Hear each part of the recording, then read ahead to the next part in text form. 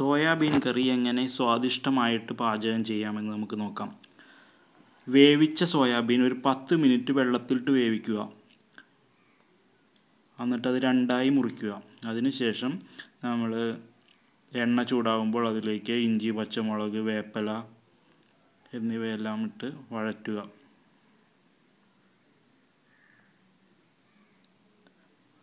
പാകമായതിനു ശേഷം അതിലേക്ക് അരിഞ്ഞു വച്ചിരിക്കുന്ന സവാള ഇടുക. സവാള ഒരു ബ്രൗൺ കളറാകുമ്പോൾ അരിഞ്ഞു വച്ചിരിക്കുന്ന തക്കാളി ആഡ് ചെയ്യുക. തക്കാളി പേസ്റ്റ് പരുവത്തിലാക്കുക.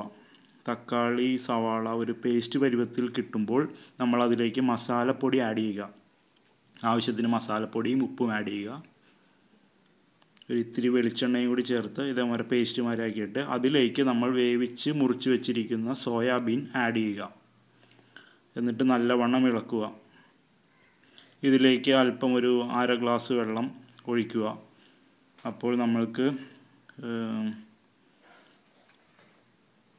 പേസ്റ്റ് രൂപത്തിൽ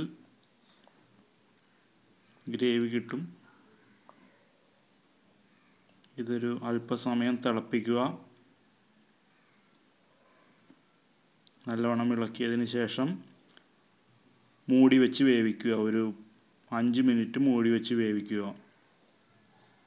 അങ്ങനെ നമ്മളുടെ സോയാബീൻ കറി റെഡി.